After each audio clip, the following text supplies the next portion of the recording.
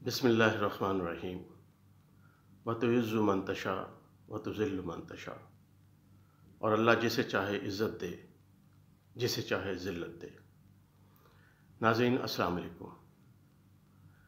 اللہ تعالیٰ انسان کو جب عزت عطا فرماتے ہیں تو انسان پر لازم ہوتا ہے کہ وہ اللہ کی بخشی ہوئی عزت کے تقاضے پورے کرے اور زیادہ اچھا انسان بن جائے۔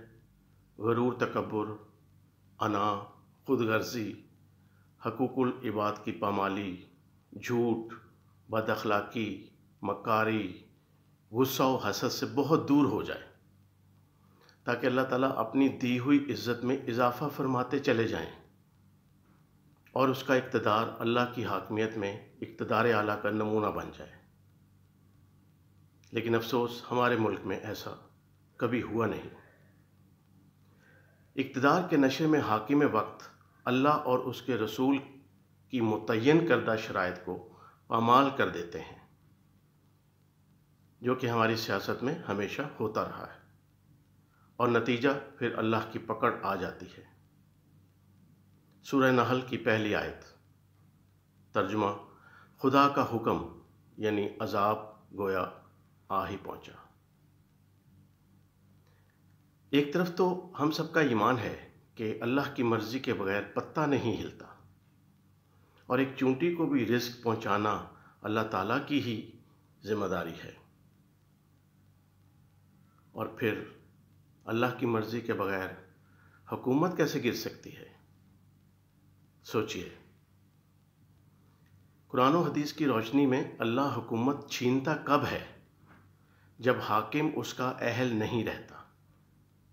اور اللہ کی رحمت و مغفرت کی مثالیں دیکھیں کہ اسی حاکم کو جب اپنی غلطی کا احساس ہوتا ہے، وہ سچے دل سے توبہ استغفار کرتا ہے، اپنی غلطیوں اور گناہوں کی دنیاوی سزا بھی بھگت لیتا ہے، تو اللہ تعالیٰ اس کی توبہ بھی قبول فرما لیتے ہیں اور اسے دوبارہ عزت عطا فرما دیتے ہیں، دوبارہ اقتدار اور حاکمیت کی ذمہ داری دے دیتے ہیں۔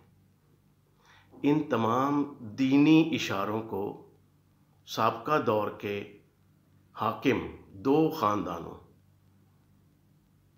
کے معاملات سے جوڑ کر دیکھیے، ہر چیز روز روشن کی طرح عیاں ہو جائے گی۔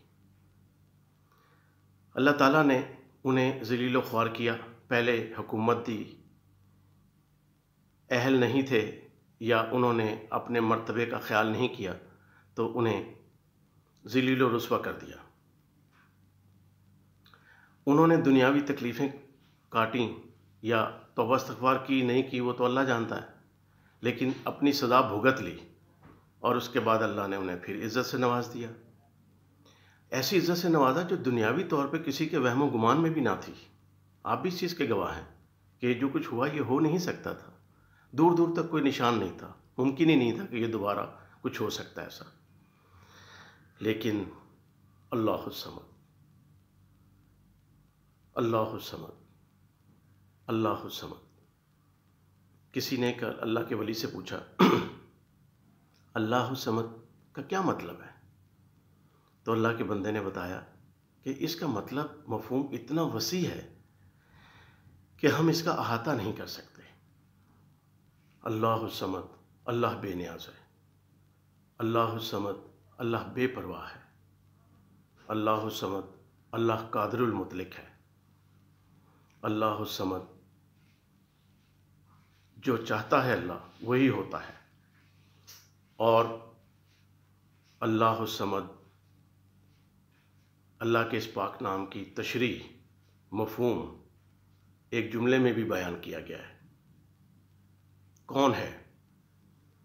کون ہے جو اللہ کے کاموں کو روک سکے؟ اللہ الصمد۔ تو ناظرین، موجودہ سیاسی صورتحال جس نے پورے ملک میں انتشار اور خلفشار کا ماحول پیدا کر دیا ہے، اس کا حل بھی بہت ہی سادہ ہے۔ دنیاوی طور پہ اپنی غلطیوں کا اعتراف کر لیں، ایک جھوٹ کو چھپانے کے لیے 100 جھوٹ گھڑنے سے پرہیز کریں، سچے دل سے توبہ استغفار کریں، صبر و تحمل سے توبہ کے قبول ہونے کا انتظار کریں، اللہ تعالیٰ دوبارہ اقتدار دے دے گا۔ پہلے بھی ایسا ہوتا رہا، 20 مثالیں موجود ہیں۔ ہمارے ملک کی مثالیں موجود ہیں، آپ کے سامنے ہیں۔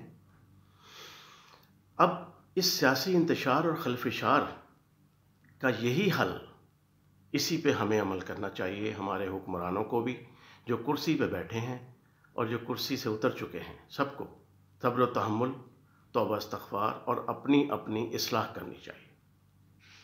جو اس وقت حاکم ہیں وہ بھی محتاط ہو جائیں، انتقام کی آگ میں کہیں پھر اپنی حدوں کو نہ پھلانگ جائیں۔ سورہ نحل پھر وارننگ دے رہی ہے، آیت 126۔ اور جنہوں نے تمہیں تکلیف دی، اگر تم ان کو تکلیف دینی چاہو تو اتنی ہی دو جتنی تکلیف تم کو ان سے پہنچی، یعنی ذرہ برابر بھی زیادہ نہ ہو جائے۔ اور اگر تم صبر کرو، یعنی معاف کر دو، انتقام نہ لو، تو اللہ صبر کرنے والوں کے لیے بہت ہی اچھا ہے۔ جو لوگ اس وقت کرسی سے اتر چکے ہیں، حکومت گنوا چکے ہیں، ان کے لیے بھی سورہ نحل میں حقیقی رہنمائی موجود ہے۔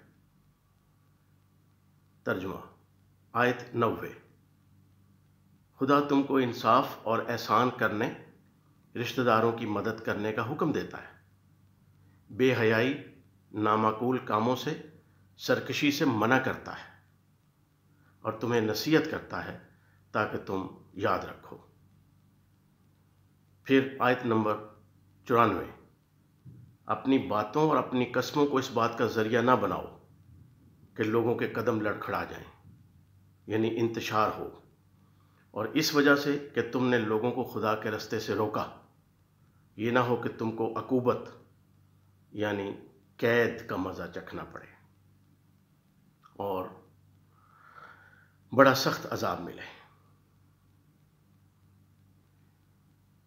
ناظرین، یہی وہ باتیں ہیں جن پہ ہمارے حکمرانوں کو، موجودہ، سابقہ، آنے والے، سب کو عمل کرنا چاہیے، تاکہ ہمارا ملک امن و استحکام کا گہوارہ بن جائے، اور ہم لوگ اس خلفشار سے اور یہ جو خانہ جنگی اور یہ جو ایک دوسرے سے بغض، عداوت، نفرت، اب کہتے ہیں جی عوام کو غم و غصہ ہے۔ کیا کہتے ہیں؟ عوام کو بہت غم و غصہ ہے۔ بھئی کس بات کا غم و غصہ ہے؟ پہلی بات تو یہ ہے کہ غم اور غصہ اسلام میں حرام ہے، جی دونوں چیزیں حرام۔ غم، دیکھیے سب سے بڑا غم اپنے خون کے رشتہ داروں کی جدائی کا ہوتا ہے۔ ماں باپ، بہن بھائی، اولاد فوت ہو گئے، بچھڑ گئے، ڈیتھ ہو گئی، اس سے بڑا غم کیا ہے بتائیے؟ اور سب سے بڑے غم میں اللہ کا حکم کیا ہے؟ اِنَّ لِلَّهِ وَإِنَّا إِلَيْهِ رَاجِعُونَ۔ اور سوگ کا بھی مقرر کر دیا گیا کہ اتنے دن کا سوگ ہے، اس کے بعد اللہ کی رضا پہ راضی ہو جاؤ۔ تم کس غم کی بات کرتے ہو؟ اور غصہ ہے جی عوام میں بہت۔ کس چیز کا غصہ ہے؟ غصہ تو حرام ہے، یہ میں تو نہیں کہہ رہا ہوں، اللہ اور اس کے رسول نے کہا کہ غصہ حرام ہے۔ تو کس چیز کی آپ یہ پرچار کر رہے ہیں کہ عوام میں بڑا غم و غصہ ہے؟ اور کتنی عوام؟ 22 کروڑ؟ نہیں۔ آدھی 11 کروڑ؟ جی نہیں۔ اس سے بھی آدھی 5 کروڑ؟ جی نہیں۔ کوئی 2 کروڑ؟ جی نہیں۔ تو پھر کون سی عوام کو غصہ ہے؟ وہ اس عوام کو غصہ ہے جو آپ کے ساتھ کھانے پینے والے تھے، جنہوں نے غلط کام کیے، جنہوں نے اپنی غلطیوں کا احاطہ نہیں کیا۔ آپ بڑے اچھے لوگ ہیں، دوبارہ آئیں، دین کی تعلیمات پہ عمل کریں، توبہ استغفار کریں، اپنی سزا بھگتیں، غلطیوں کو مانیں اور اپنا منہ بند رکھیں، عوام میں انتشار نہ پھیلائیں، ورنہ کبھی نہیں آ سکیں گے۔ عوام آپ کو دوبارہ خوش آمدید کہنے کو تیار ہے، لیکن خود کو امینڈ کر لیں۔ وَمَا عَلَيْنَا إِلَّا الْبَلَاغُ۔